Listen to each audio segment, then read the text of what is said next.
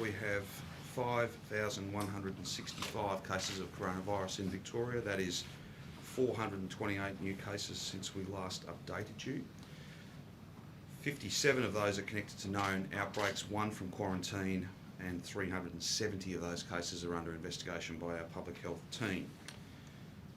I'm very sad to have to inform you that there have been 3 further deaths, bringing the total number of fatalities, the total number of lives lost to this virus to 32 since yesterday. So the details of those individuals: there's one gentleman in his 80s, one gentleman in his 70s, and a woman in her 80s. I can offer no further information about those 3 tragedies, but we send our best wishes and our thoughts and prayers to their families. This will be a particularly challenging and very, very sad time for them. If any further information can be provided, then that would be a feature, I think, of the Chief Health Officer's media release later in the day. 122 Victorians are in hospital, 31 of those are receiving intensive care. Yesterday we had 24,409 tests, which is, again, a very impressive number. Very, very grateful to every Victorian who's coming forward, even with the mildest of symptoms, to get tested. As I've said so many times, but I'll keep on saying it because it is so important. That gives us the data, the certainty about where this virus is presenting, how it's moving through the community, and with those results we can trace people, make sure that people are isolating at home, make sure that people are limiting their contact with others, and also through those positive results and networks of close contacts, we can potentially provide care and medical intervention earlier than would otherwise be the case, and that can be the difference in terms of just how serious the disease presents and just how serious the health consequences are for those involved. That brings our total testing to 1,250,408 tests since January 1. Again, one of the highest testing rates anywhere in the world. I want to appeal to every single Victorian, if you have symptoms, even mild symptoms, please come forward and get tested. It's a relatively quick process. It's a simple thing in many respects, but it makes a massive difference to our collective fight against this enemy, against this virus. That intelligence, that information, that data allows us to really respond the only way we can, and that is to isolate people who have the virus, limit the number of people that they come into contact with, and therefore limit the spread of this virus. I'm deeply grateful to everyone who has been tested, and I would urge Victorians to come forward, even if you have the mildest symptoms, in order to get a test. Just in general terms, before I ask Brett to add to these comments, we are going to increase the total number of testing sites across regional Victoria. And in fact, Jenny can take us through that before Brett talks about the epidemiology of the day. There'll be a number of additional test sites stood up. There's more than 50 of those already operating in regional Victoria. We do continue to see low numbers, albeit some additional cases in regional Victoria, around 5 today, further details of which will be forthcoming in that CHO media release later in the day. But they are relatively low numbers in the scheme of things, and we're comforted by that. These things can change rapidly though, and that's why additional test sites and expanded test sites are critically important.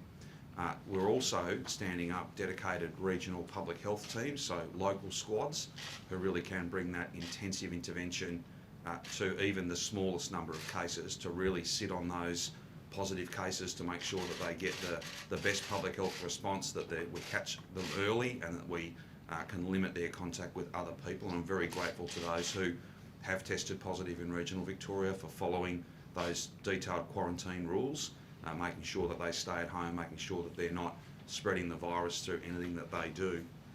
That's critically important, and again, a really significant contribution that those individuals, albeit small numbers, are making to keeping those numbers very small right across regional Victoria.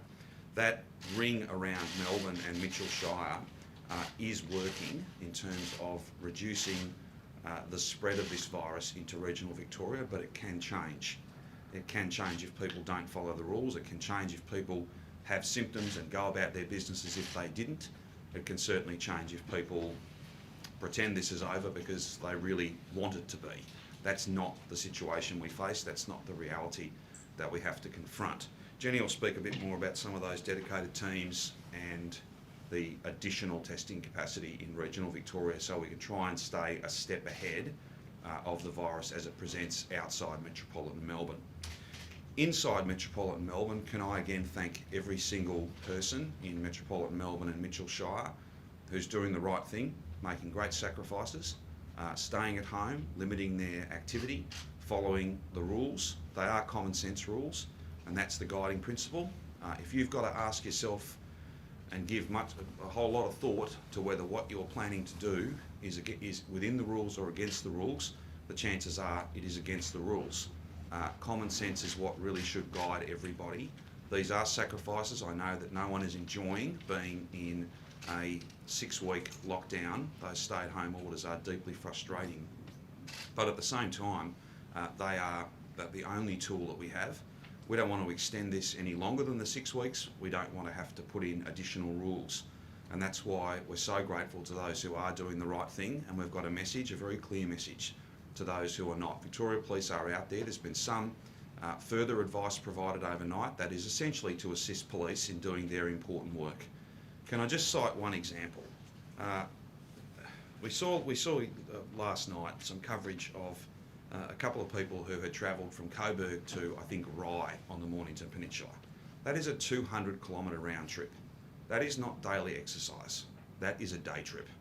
And day trips are not on. There's nothing with that, nothing about that is compatible with staying at home. If you can walk, if you want to go for a walk, then you can go for a walk close to home. That just makes sense.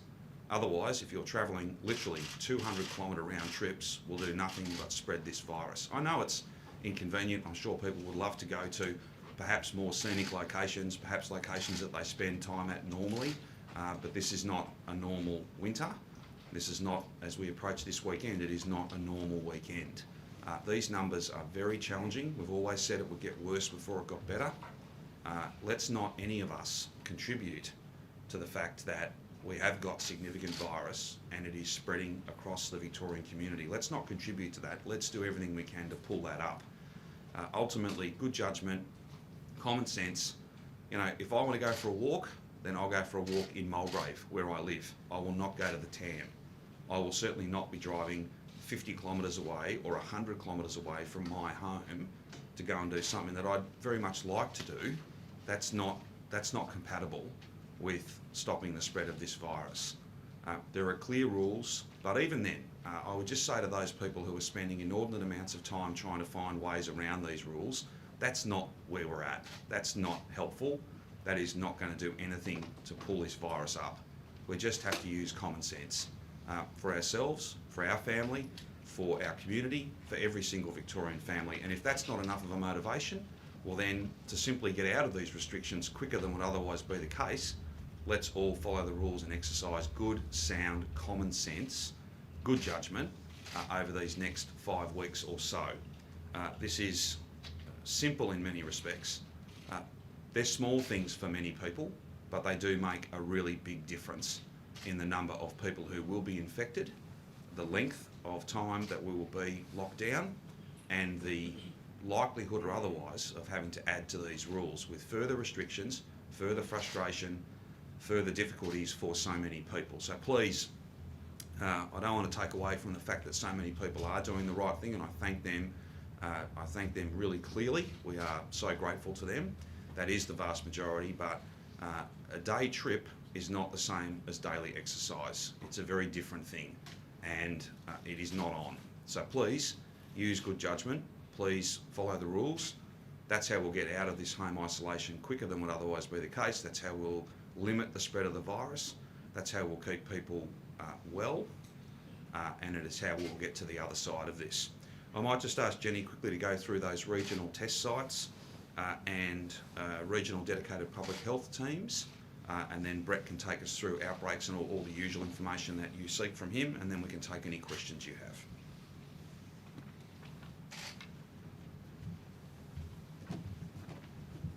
Premier, and good morning.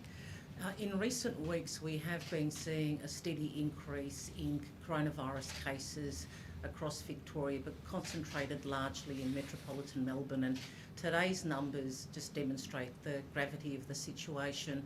122 people now in hospital, 13 more than yesterday, and more people again in our intensive care units.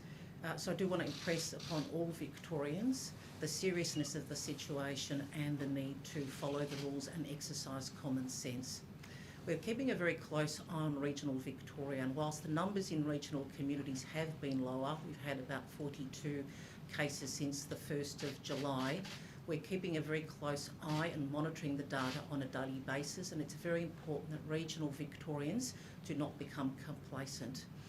This is why we are stepping up our ability to identify and respond to cases in regional communities. We're going to do that in a number of ways. Firstly, we'll be stepping up additional testing capacity. We have 160 different testing sites across Victoria at the moment, of which 60 of those are in regional communities, and we're looking to establish new sites or expand existing ones to make it easier for regional Victorians to get tested.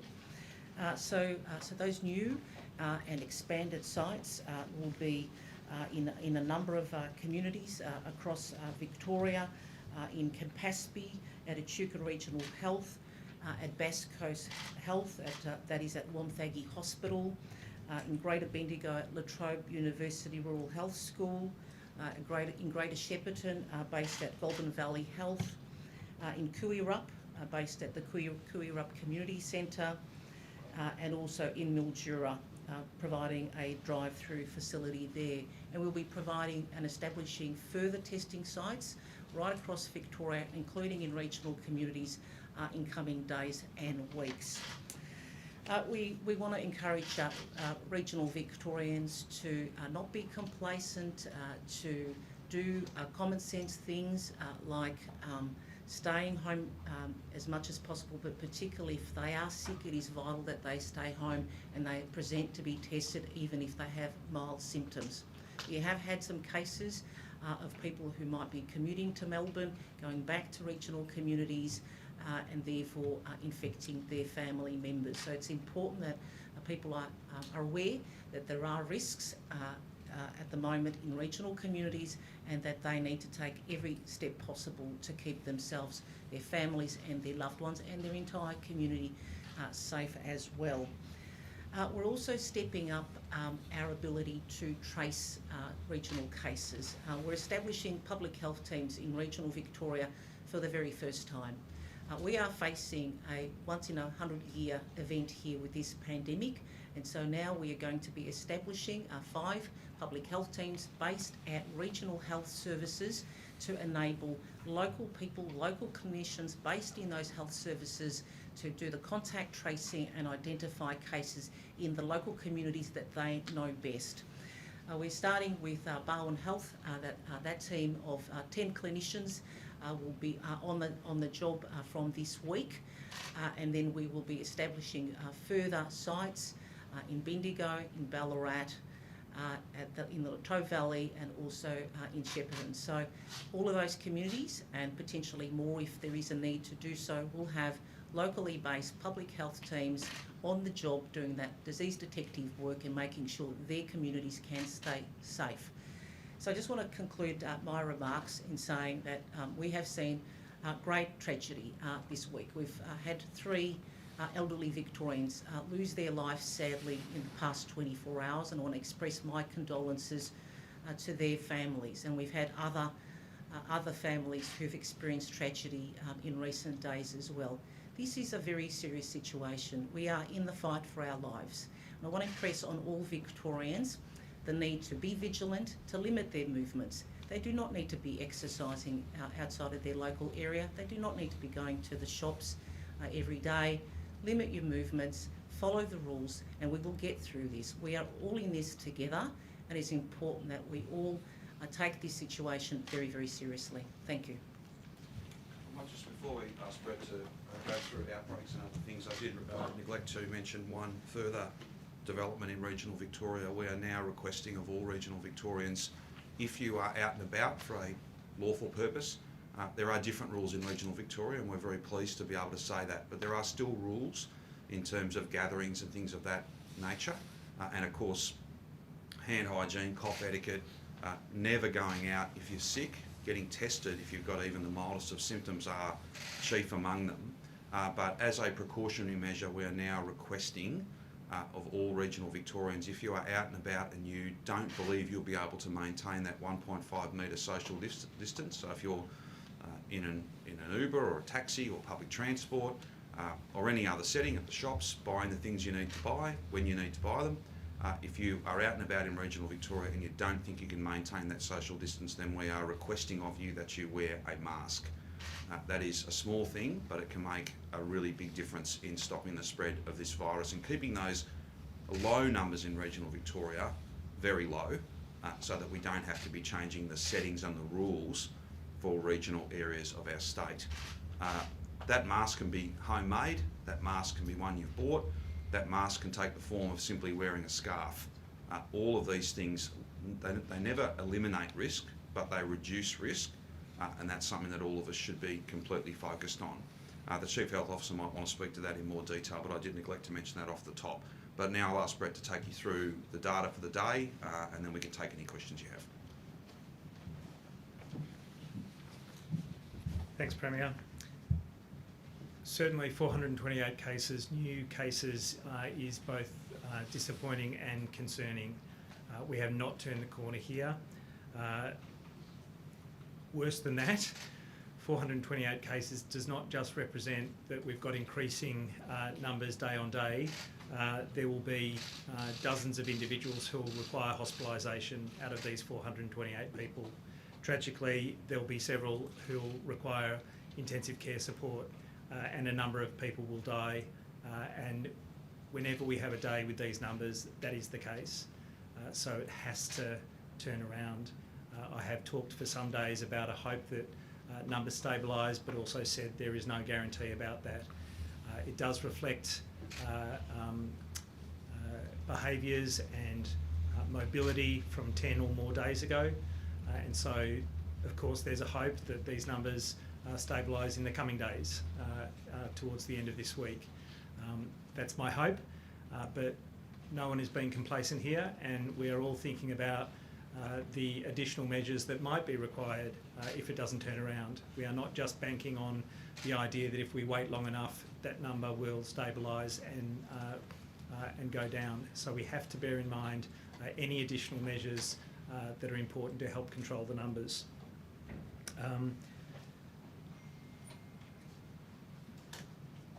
There are a number of outbreaks that are ongoing. New cases linked to those outbreaks are partly responsible for driving up the numbers. When you've got so many outbreaks that help amplify transmission, they obviously contribute to the increase in numbers.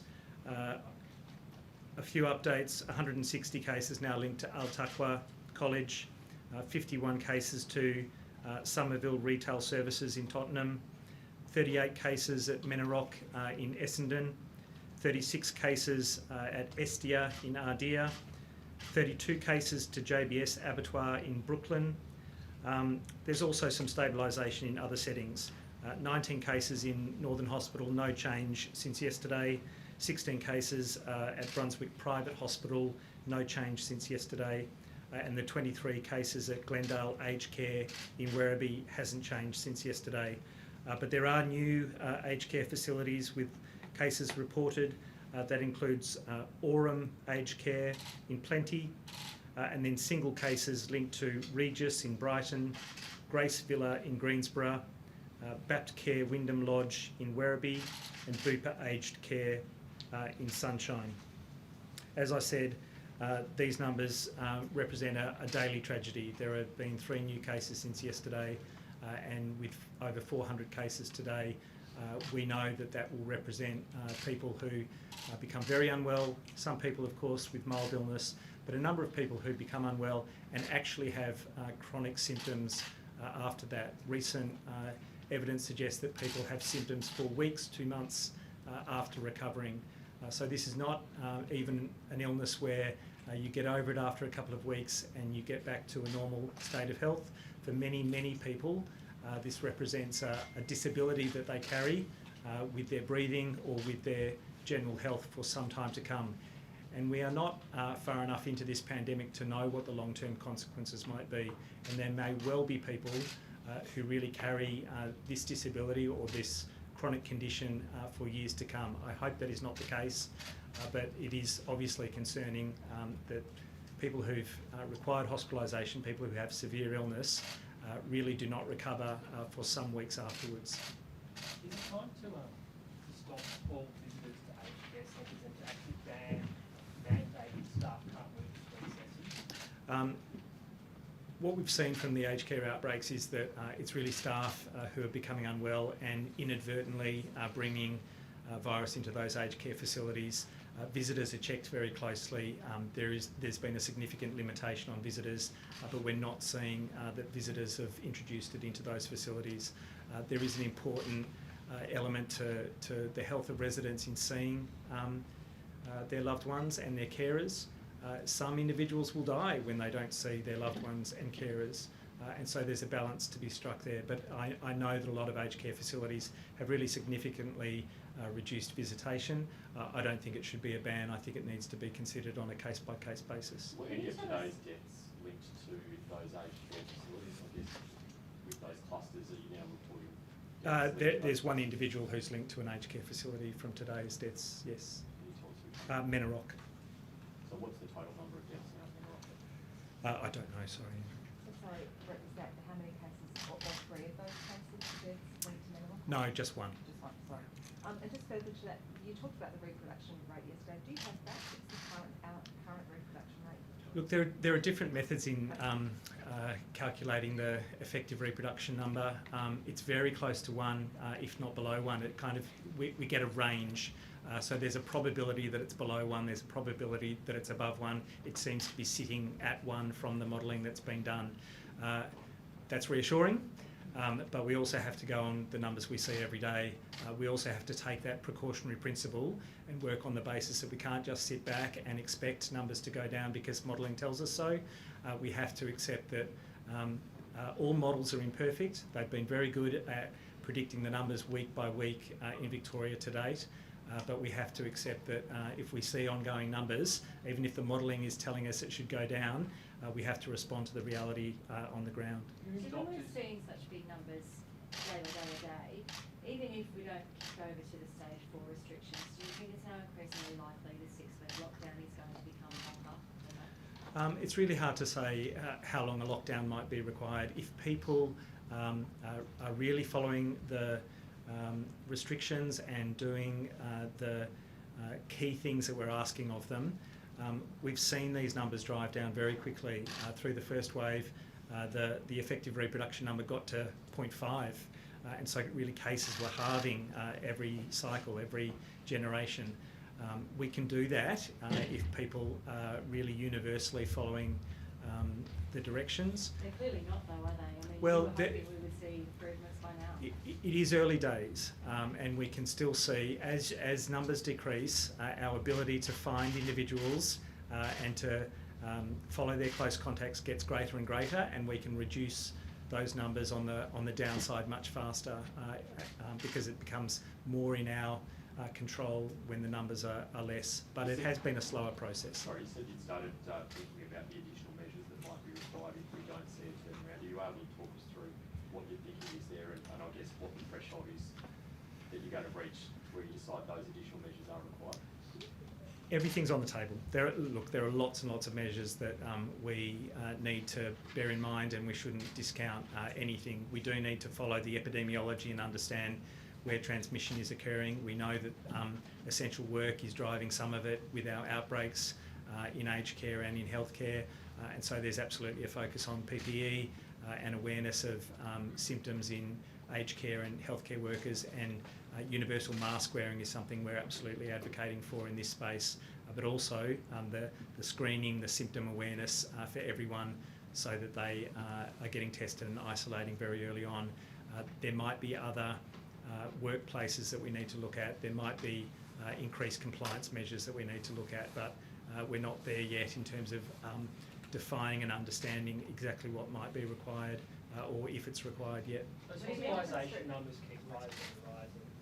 What measures have been put in place for those doctors who are on the front line? Are they being put in alternative accommodation so they don't take this virus home? And not just doctors, but all healthcare workers. Is there enough capacity in that sort of protecting them? Yeah, I might get a minute to speak to the Hospital for Heroes program. Thank you. So we have committed to a Hotels for Heroes program, which provides the ability for healthcare workers to be provided with accommodation to keep them safe from their families, and that is if they are diagnosed or close contacts, but also if there are particular circumstances unique to that family. So, for example, there might be a family member who might be immunocompromised. We assess these matters and we do provide those healthcare workers with that accommodation to respond to these issues. Has that stepped up in the last couple of days, given the number of Yeah, we have had quite a few healthcare workers that we are providing this program to, and we're actually now looking at making that available to aged care workers in the private aged care sector as well. We know that they are particularly experiencing challenges at the moment, and can I just say in relation to that sector, I've been having lots of conversations with Minister Hunt and Minister Colback around the particular risks involved with private aged care in Victoria. I'm grateful for the fact that they've agreed to provide masks to the sector, given it is a federally regulated, largely federally funded sector. And the conversations we've had have been around extending that to all nursing homes in Victoria, not just in Melbourne. And as well as looking at regular testing. Now, as a Victorian government, we did provide asymptomatic testing of aged care workers earlier in the year as part of our testing blitz. We provided that testing to about 5,000 aged care workers. That did identify a small number of workers through that process. And we're working with the Commonwealth around these issues, looking at stepping that testing up with their support and assistance so that happens on a more regular basis. There are some structural, issues that present some key risks in this sector, and that is, the mobility of the workforce moving across different facilities. We know that this is, a low-paid workforce that needs to make up shifts across many different nursing homes.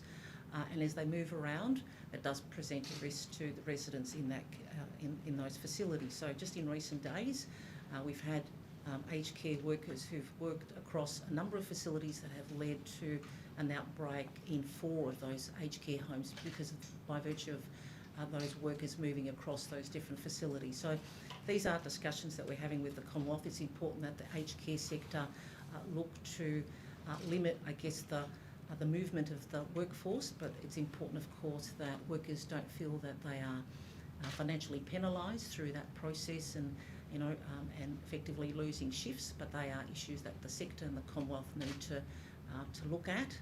But we're having lots of discussions with them around these issues. These have been constructive discussions, but we don't have the levers here. This is, as I said, a Commonwealth regulated sector. And it's important that the sector understands the risks involved here if we've got workers moving across one facility. So, we are taking steps to support this sector at this time, support the workforce, and will involve all levels of government and the sector working together to address these particular risks. Would you like to see the federal government and all the private operators compensate workers for who's lost shifts so they do just stay on spot? Is that something you I think it's important that these conversations continue, that they work Is that with... what you've been pushing for, Minister? These are discussions that we're having around with healthcare sector unions, with the sector, with the Commonwealth around these issues. It's important that workers don't feel that they need to make a choice between putting food on the table or staying home and recovering from coronavirus. That's, as a government, we have stepped up and have provided that $1,500 hardship payment that's available to casual aged care workers working in the private aged care sector. It's important that everyone is doing their part to keep these residents safe. That $1,500 payment, is that only for workers who've been told that they have to isolate from the department? That's just not if you've got the sniffles and you Yeah. need to go to work. Yeah.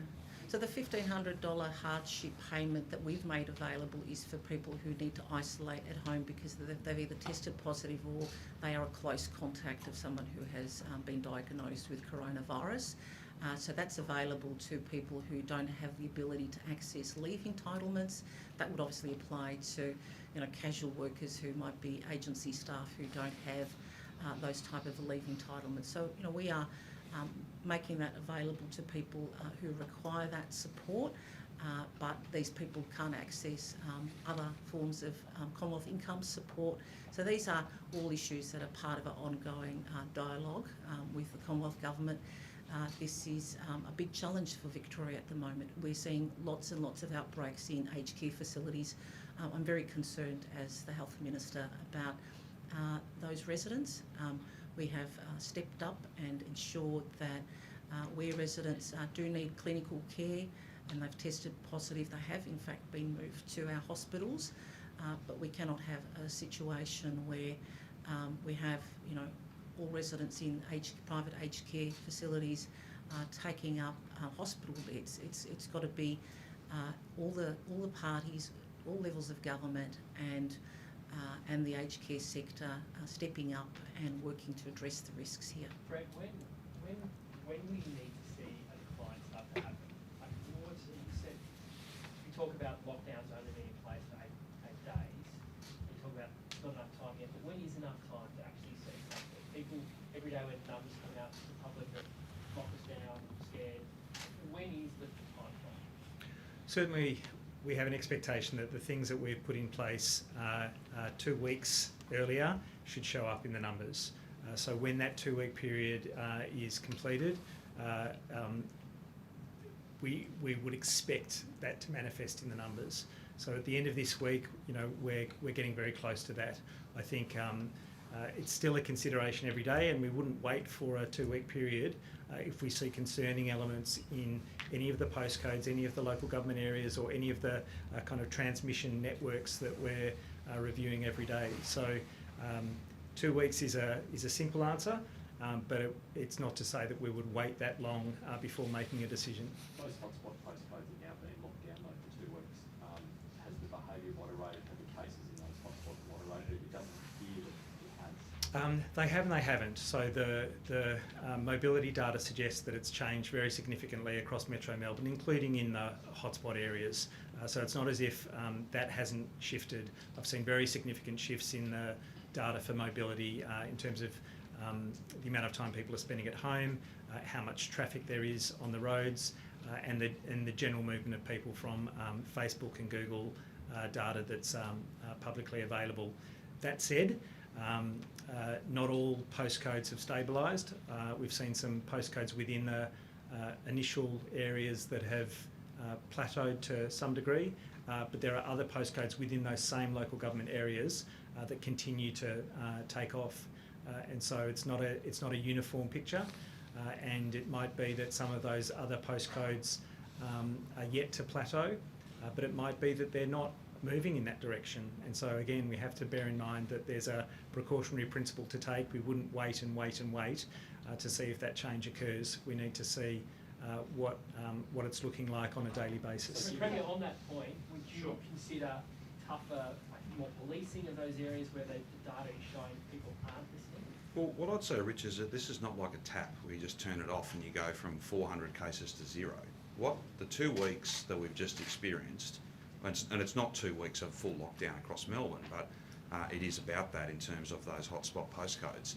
What we might be seeing is the outcome of that is instead of getting 3,000 cases a day, we're getting these sorts of numbers, and it's always difficult to measure what isn't happening, of course, but we will look at the data. We've always been driven by the data and the science of this, and if we're not seeing a stabilisation, or if we're not seeing a sense of control and a sense of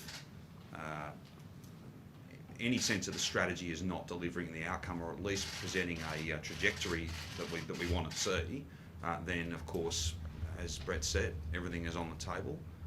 The likelihood of a longer stay-at-home lockdown, the likelihood of even more enforcement activity, the likelihood of additional rules is all in the hands of every Victorian who is living under these rules. And if we all play a part, then it'll be more likely than less likely that we can be past this sooner. But I guess my question was actually about the data in terms of people's mobility and people moving around. Greg was indicating that some of those postcodes aren't adhering to rules, which you send in more police. No, I don't think that's exactly what the Chief Health Officer said. The data won't tell you necessarily a story about whether people are being compliant. It might relate to that, but it can relate to lots of other factors as well.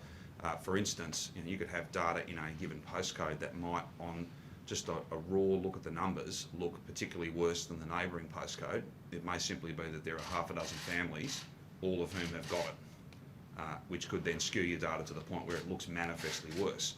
So I think data's always important. The science is absolutely important.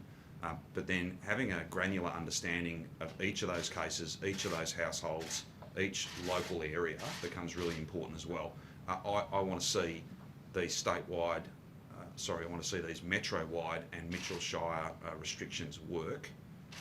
If we get a sense, and if the data continues to tell us for whatever reason, and this is not about a commentary on compliance or otherwise, I'll make a point about that in a moment. If the data shows that the strategy is not being as effective as quickly as we would like, then we may have to go to new rules. The best and most important contribution that every Melburnian, every Victorian can make towards that not happening, make that less likely, is to follow the rules and please come forward and get tested if you are ill. The vast majority of Victorians are doing the right thing. There are others who seem to be spending inordinate amounts of time trying to find loopholes, trying to navigate their way through a set of rules. The rules are to protect you. The rules are to serve all of us.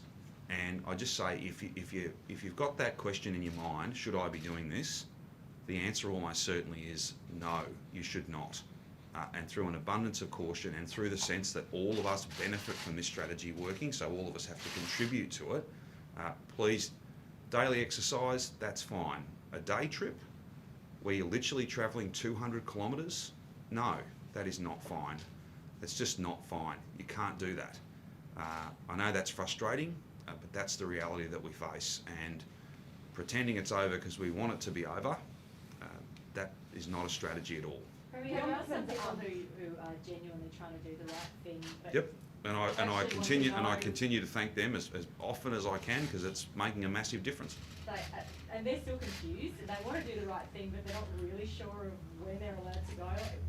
Is there? But are they though? I think a lot of people, if they pause and as the vast majority of people are, if you pause and use common sense, then you normally find the answer. Do I really need to do this? But even playing golf, like most people don't have a golf course in their suburb, but Indeed. golf's allowed. So are you allowed to go to a golf course a Well- few suburbs away? Well, if you're a member of a golf club, then obviously that membership is a relevant factor.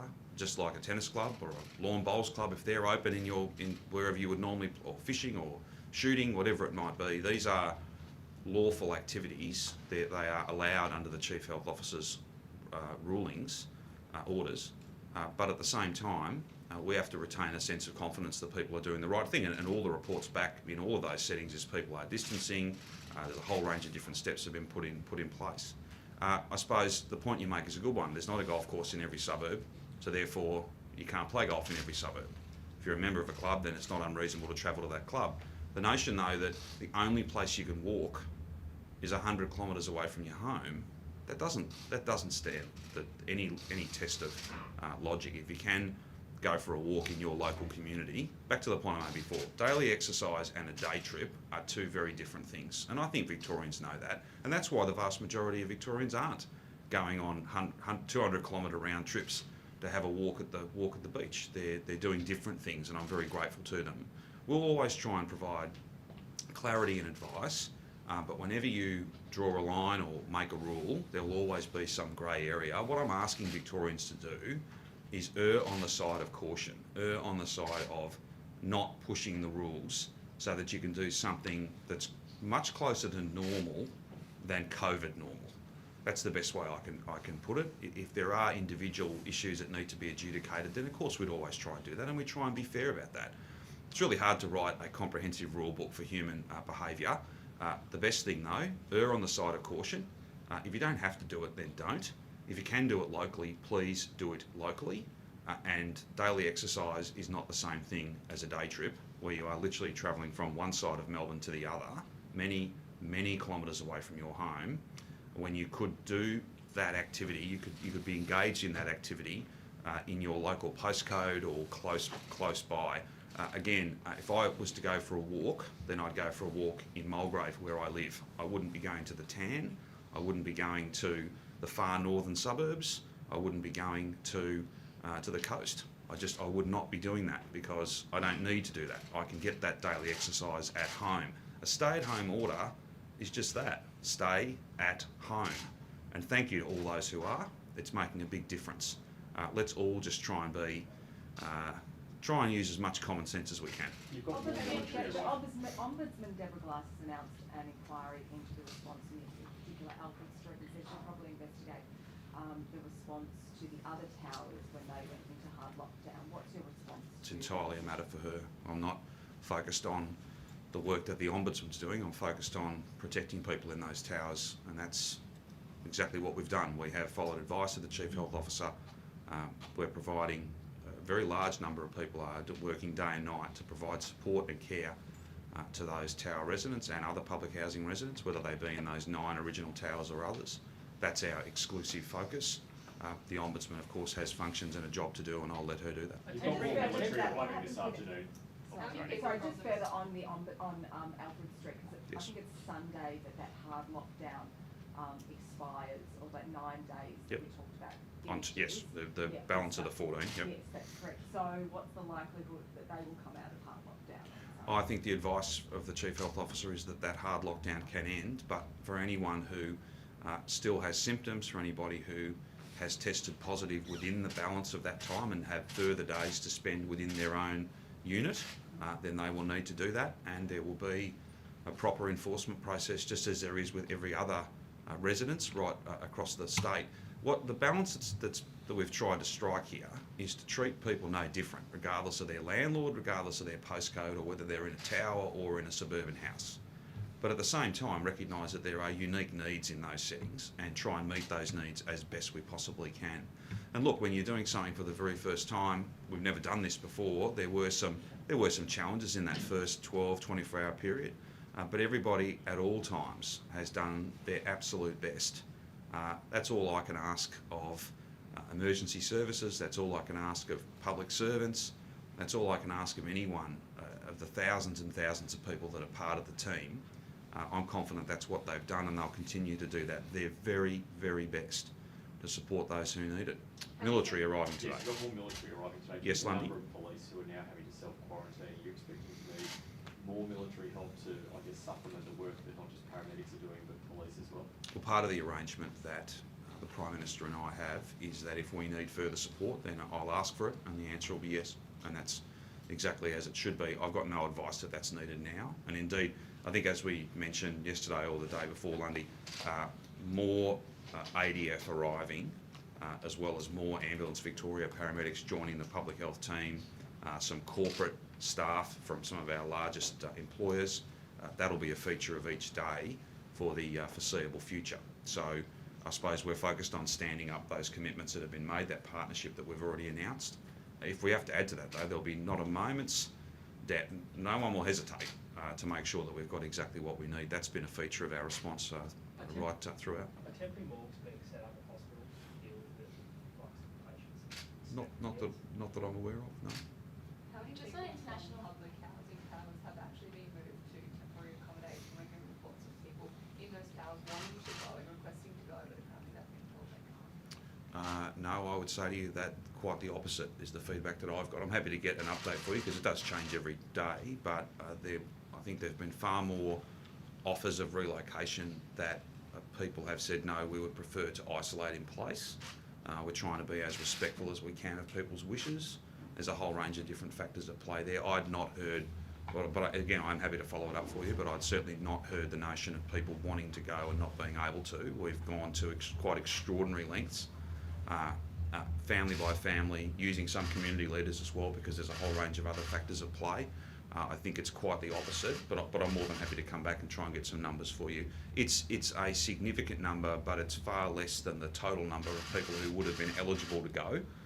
Many people have exercised the choice to isolate in their own home, and I think that's an important choice, provided that we've got a high degree of confidence that they will in fact stay away from other people, and that's the experience.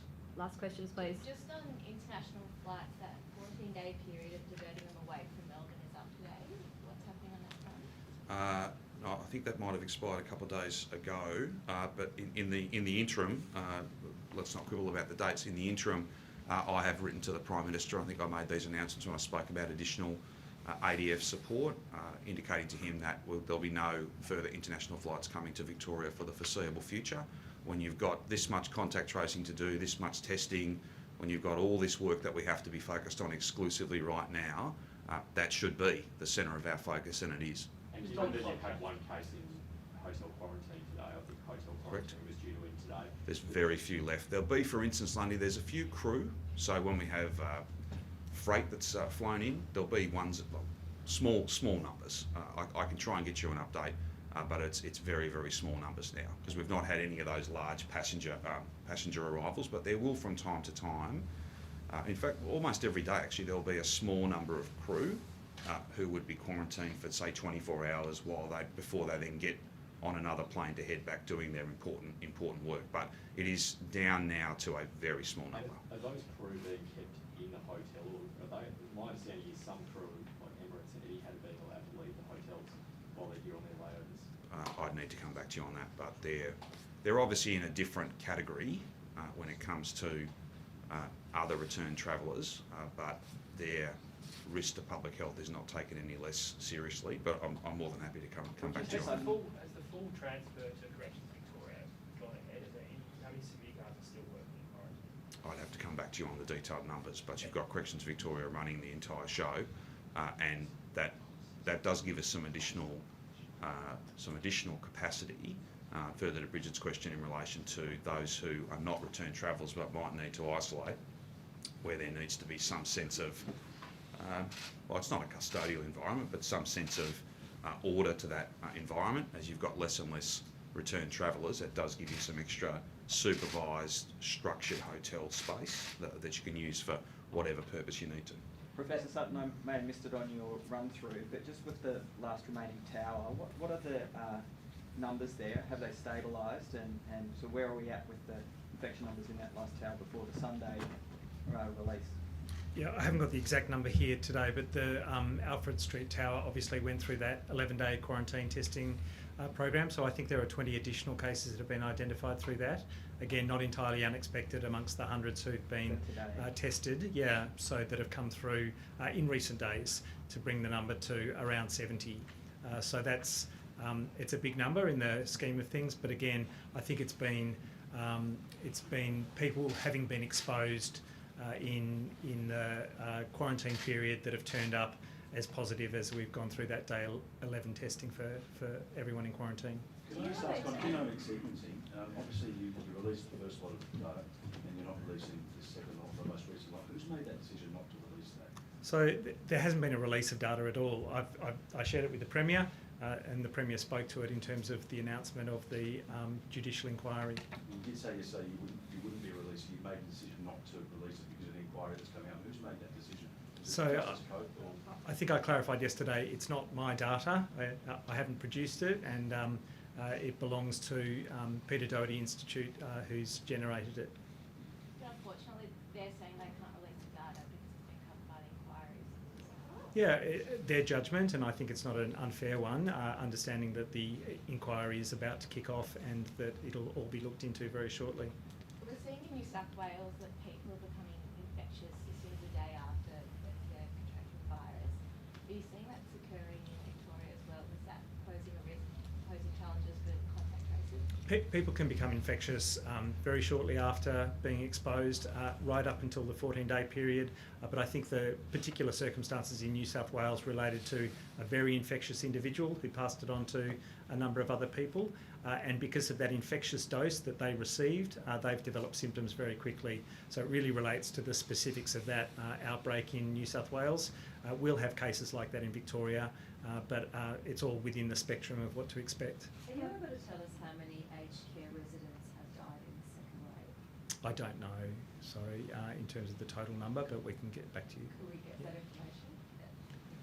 Just a very Last quick- questions, please. Yes, just a quick question on New South Wales Premier. Sure. There's quite an inflammatory front page in the Daily Telegraph saying man-made disaster, suggesting that... I've barely got time to read the Melbourne newspapers, let alone to be worried about the ones in Sydney. And that's my answer to that question. And if headlines were an effective defence to this virus, well, that'd be great. That's not the circumstances we face. We've all got to follow the rules. That's why, perhaps if I can end on this, if there's no other questions, I want to thank every Victorian who is doing the right thing. It's making a massive difference. To those who aren't, please moderate your behaviour for whatever motivation you want to choose, whether it be your safety, the safety of your family, the safety of the community, or getting out of lockdown faster. I'm not too fussed what motivates you. Please do the right thing. Please moderate some of the behaviour that you've been exhibiting. If you've got any symptoms, please come forward and get tested. Can I thank the thousands and thousands of staff, who are working every day and every night doing the very best they can. If we want to thank them properly though, let's all follow the rules this weekend. Let's acknowledge that it's not a normal weekend. This is not a normal winter. This is not a normal year. If it's not bushfires, then it's this pandemic. We've been thrown a lot of challenges this year. But as a community, we're equal to them. If we look out for each other, if we make smart judgments, good choices, if we just use common sense, if you can do it locally, please do it locally. If you're in two minds about whether you should do something, chances are you shouldn't. To all those who are doing the right thing, thank you so much. To all of those who aren't, please, for whatever reason, please do the right thing this weekend. It will make a big difference. To thank our nurses, our doctors, our AMBOs, to thank the thousands of people who are working hard day and night. Let's all do the right thing this weekend, because that'll get us closer to the end of this really frustrating and challenging period. It will, as a strategy, work, but only if everybody who benefits from the strategy invests in it and is part of it. If there's no other issues, Sorry. you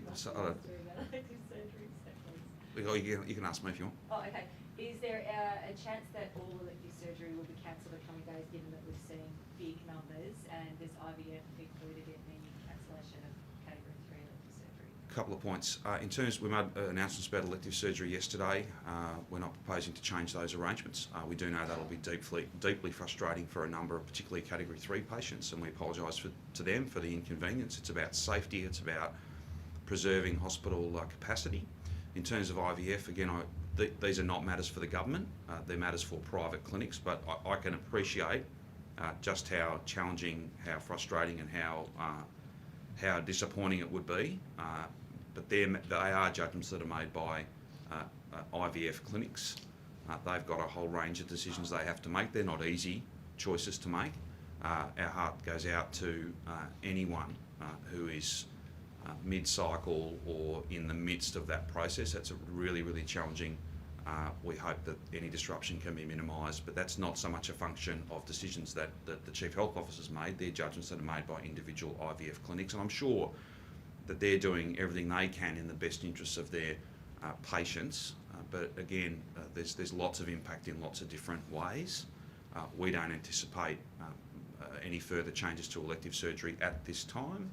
That could change though. If it does, then we'll update people as quickly as we possibly can. Sorry, I was hoping to ask the Minister something about the labelling laws. Sure. Minister, will you support the proposed changes when health ministers meet today, and will you be attending the meeting? Well, firstly, can I say that we acknowledge the real harm to babies of drinking whilst you're pregnant. We have received and considered the expert health advice produced by FSANS, and Victoria will be supporting more effective liquor labelling. And will you attend the meeting? As soon as I'm done here, that's my intention. Thank Thanks you. very much, everyone. Thank you. See you tomorrow.